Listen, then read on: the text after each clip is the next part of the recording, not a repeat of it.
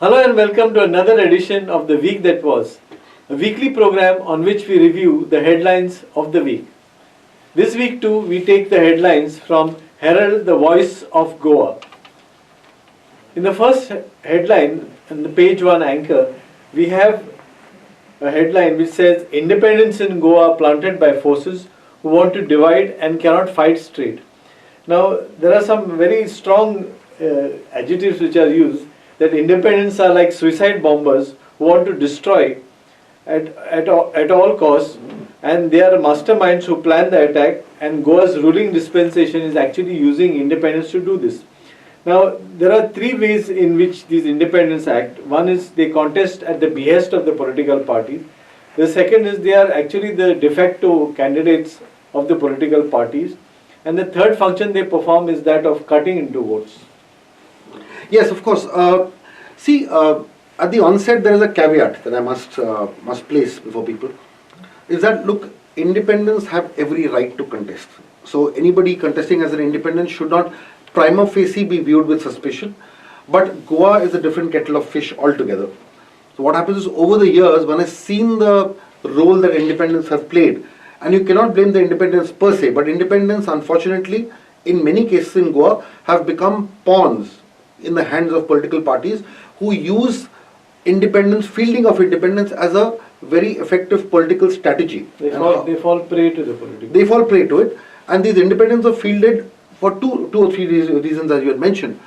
One is, of course, if you very often in Goa, with its small size of the electorate, independents are fielded to cut into the votes of one's rivals, and it can be on a community basis, it can be on a caste basis, it can be on any other basis. For instance, if in a particular constituency there is a powerful Catholic candidate contesting, very often what happens is the other party, which has a Hindu candidate, would field a Catholic independent to divide the votes there. That has happened in so many cases.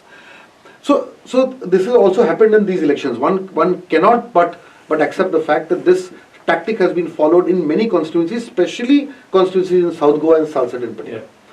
And this is indeed happened. The BJP, by virtue of it being the ruling party with more power and resources, is being seen in political circles as the party which has used this strategy more effectively. However, we cannot only blame the BJP and say that it is the only guilty party in this case, because other parties such as the Congress and even other regional parties have used this tactic. It's not that they haven't. But as I said, BJP by its sheer size has used it. What is more important here is that, apart from this, is another phenomenon which we mentioned and you mentioned briefly, is that political parties who feel that the particular candidate will not be able to win on their party ticket, especially in South Goa, with post that whole defection fiasco, the BJP feels that their candidates may not be able to win, especially the minority candidates may not be able to win on a BJP ticket. So what they've actually done is fielded a lot of, or some, independent candidates who actually are the main candidates and who might actually end up winning. Or these candidates may play a part in making the other Congress candidate or a TMC candidate or any other candidate suffer, and let their the candidate who they've given the symbol to win. Yeah. So this has indeed happened. It's not that it hasn't happened, and it is unfortunate, but it's a reality of our elections now. And one will not be surprised if on the 10th of March we'll be forced to have a larger discussion on which way the independents will go, because ultimately you never know that they might become the real kingmakers. Our viewers may also like to know that incidentally in the Chief Minister's constituency also has the highest number of independents. 5, if I'm not mistaken. 5. Right? Yes, absolutely. So that can also be for two reasons. I mean, for the reasons that I'm saying right now. So obviously it's an important constituency, and the more independence you have, you can cut into to opposite votes. But let us not kind of judge the Chief Minister and say he's put all the 5 independent candidates. It could have been done by the Congress as well. We don't really know. But the total number of independents is really going up. It's about 69 odd. 65 odd in 40 constituencies, which is about 1.5 independents per constituency. Okay, moving on, 15th of February, Tuesday, that is a day after the elections, we have this headline in the Herald The people have spoken, their voice will be heard on March 10, and pointing out to the voting percentage, which this time is 78.94, which is less than 82%, which was recorded in 2017. Well, I would say about a 3 to 4% vote shift is could be significant. But let us also take into account that what is also happening is that the large number of Goans were not voting. So I would like to kind of not point fingers, but at least raise this issue, red flag this. That see, we had this whole system of election icons, and the very important people were given this task of going to people and getting them to come out to vote. They must have tried their very best, and we need to know what they really did. So one factor could be that there are a lot of people who have voting rights are not coming out to vote for a variety of reasons. Secondly, the COVID aftermath could have made a lot of people stay back, even though facilities were given for senior citizens and others to vote at home. But I don't think everybody took advantage of it. So that could be one reason why that the percentage may have gone down. The other thing that we don't always realize is that many people have actually left Goa and for work and otherwise, and they don't live in Goa. Their names may be on the, and they may take their card and all that. But they could very well be living in other places, including abroad. There are many who still hold Indian passports and abroad. So there could be a variety of reasons. I don't think it's a big drop, but yes, it could have been high. But generically, whenever the voting percentage is high, it is presumed that people are voting for a change in government. That's correct. No, we understand that and that is what the normal thing is. And if you see in the 2017 election, the voting percentage went up to 80 to 83, and a change of government almost happened. Yeah. The fact that it did not happen had nothing to do with the polling percentage, but because of the way politics got manipulated. But I don't think this almost 80% voting percentage, one shouldn't be too alarmed about it. If it was in the early 70s or even 75%, one could have been a lot more alarmed. I don't see this drop as a huge drop, but it could have been better. Okay, on February the 16th, yes, there is a headline, and more than a headline, it is a picture that speaks a million words. In the Herald inside, it is, a photograph has been showcased, and the headline reads that the next CM and the ministers and all officials should hang this picture on the office walls, because the picture is of a relative carrying a senior citizen to vote. Firstly, I'd like to thank on behalf of Herald and everybody else our photographer Shagun Gaude, who clicked this picture. Of course, I'm not saying this is a unique picture and it's happened for the first time, but for him to be at the right time in the right place and be sensitive enough to take the picture is important. So I think he deserves a lot of credit. Yeah. But our editorial team, we decided that this picture should not be just used as a picture, but this picture tells a huge story, and we need to kind of use that picture and send the message across. So I think that has worked really well. This story has been very well received.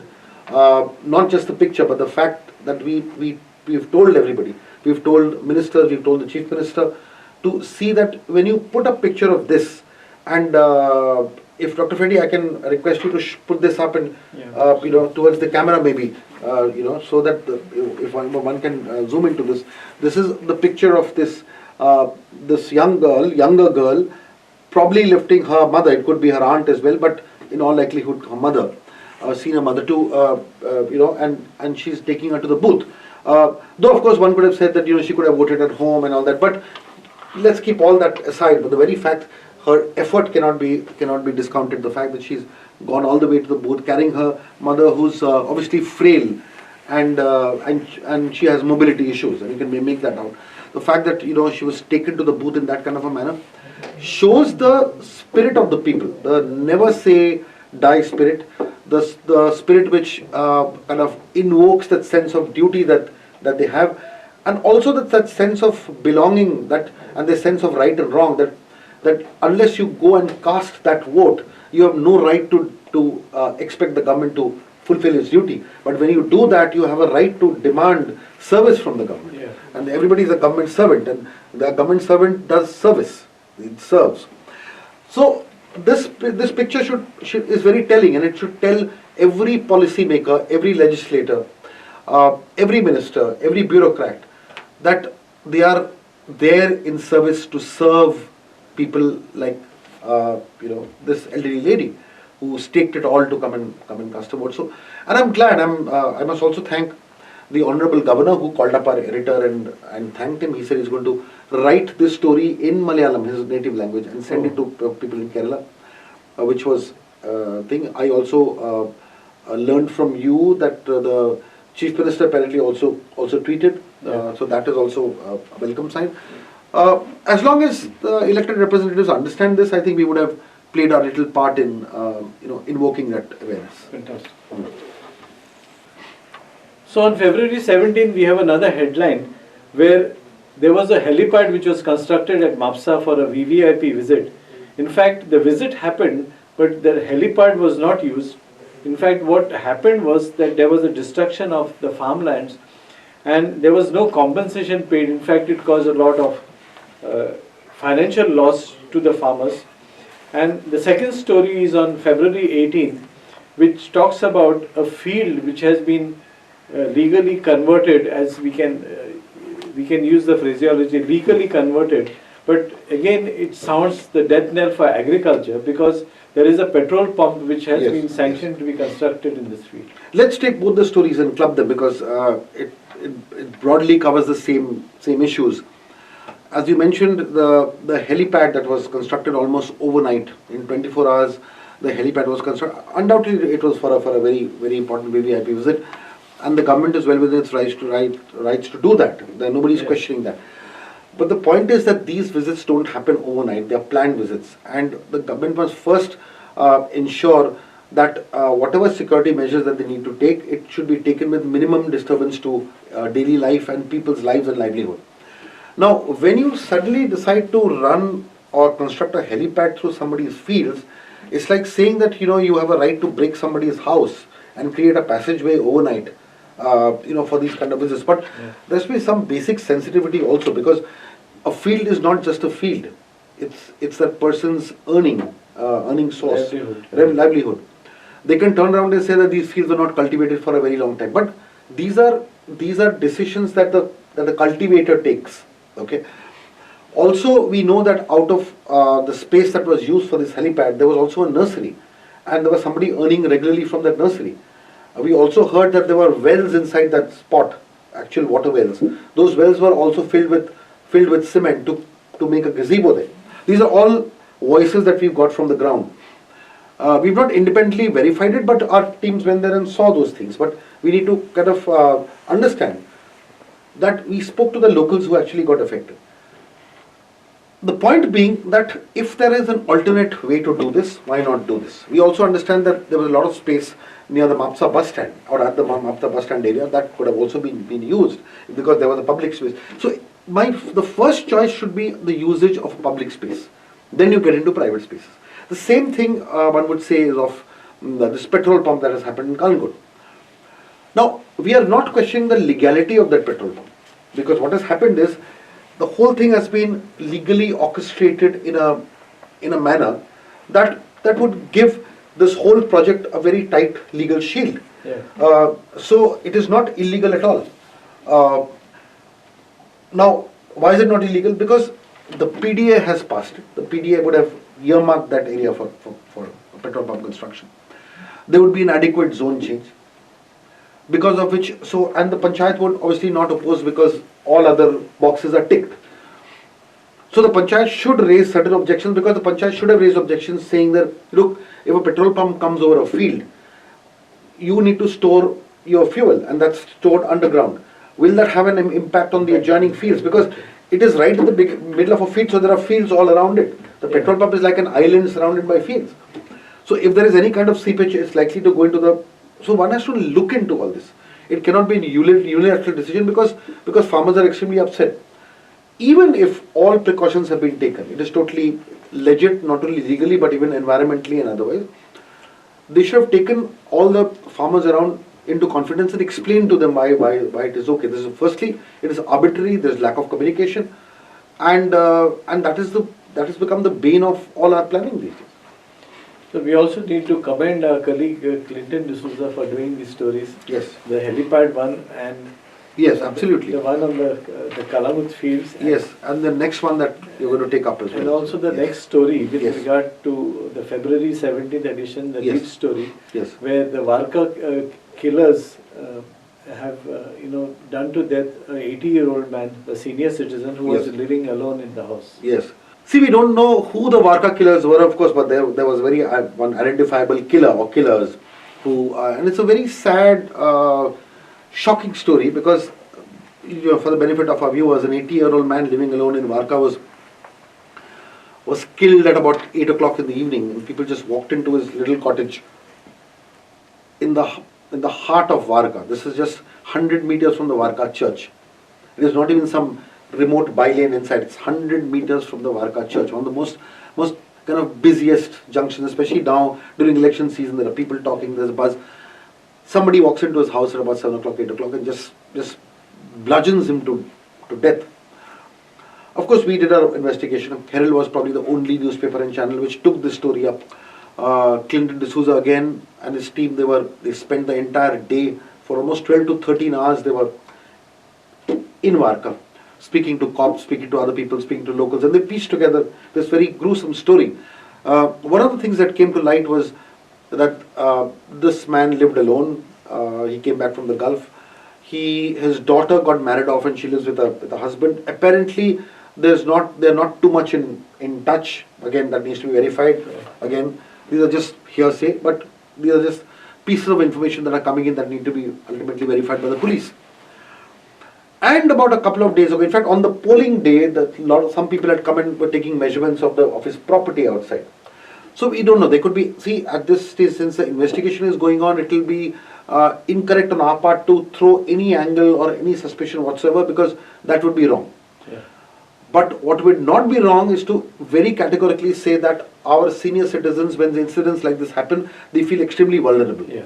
And you look at the entire stretch in Salsett, the Salsett coastal belt, as in many other belts, would have a large number of homes where the younger generations have moved out for jobs. Many of them are abroad.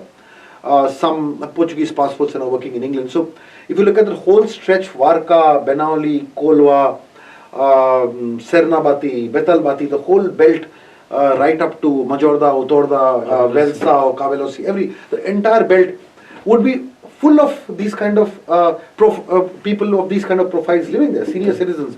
Some with just the man and his wife, elderly couple, with no children. So what's important is that when these things happen, and as you supervised the story today on talking to various senior citizens today, the same kind of fears came out, and which we just telecast. So what the fact is that, look, people are feeling vulnerable. Our senior citizens are feeling vulnerable. Everybody is getting on in years. Yeah. What is very important is that the community policing has to return back into the system.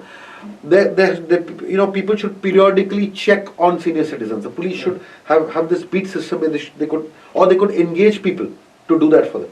In a particular police station area, you should have a database of people who are senior citizens, yeah. whether they have all the comforts possible or not, whether their safety is taken care of. There should be regular patrolling. Every 15 to 20 days, a team should go and have a little chat with them, just to check on them and to see how they are. Yeah. When these things are done, you pick up a lot of signals. See, for instance, if they had gone and met the deceased Trinidad and asked him, he would have probably said things that could have acted as clues to the police to keep a greater watch. So if you don't talk and if you don't communicate, policing is not about keeping patrolling at night and keeping cops everywhere at every station, or keeping a hotline ready for that. That is not community policing. Community policing is to set up a system where you ensure that you're communicating with your society in such a manner that you pick up signals of danger much before and nip it in the bud. You can't do these things after a murder has happened. So if there was a property angle, probably this would have come up. This could have come up, it could have been any angle, property, depression. I mean, it cannot be depression because it's not a suicide, it's a murder. So obviously, there was somebody out to get him. And he was not a very moneyed man. He was actually living close to penury. He used to actually go and seek assistance even to buy vegetables and fruit and all that from time to time. This is what we get. So with absolute respect to the deceased soul, he obviously needed some kind of an assistance and help, which a proper community system could have picked up. Also, I would like to seek indulgence to make one more point. See, earlier Goan society used to be a very homogeneous and tight-knit society. Yeah. And you didn't, community policing was done by your neighbors. Your neighbors were your community police. Yeah. Your neighbors and the larger society at large, the village system. So now you don't have the Gaonkari system, you don't have the Communidad system, you don't have the other systems where the neighbors become your extended family. They would check if somebody. They would check, and they would know people would go for holidays, leaving their homes open. So that kind of community management is also not there. So over a period of time, these kind of different systems are collapsing. So now we are talking of community policing, but the community used to do its policing. Yeah. Now community policing has to be done by the police, but earlier the community was doing the policing, and even that is gone. Okay, on that somber note, we conclude the headlines of this week. We hope that in our last message, which our group editor Sujay Gupta has very eloquently articulated, we hope that the government takes some action on this last story that has shaken up the conscience of Goa. We hope that you enjoyed this week's edition of The Week That Was. We wish to receive your feedback on this program. I thank my guest, Mr. Sujay Gupta, group editor, for being on this show and sharing his insights. We will see you again next week. Thanks for watching Herald TV.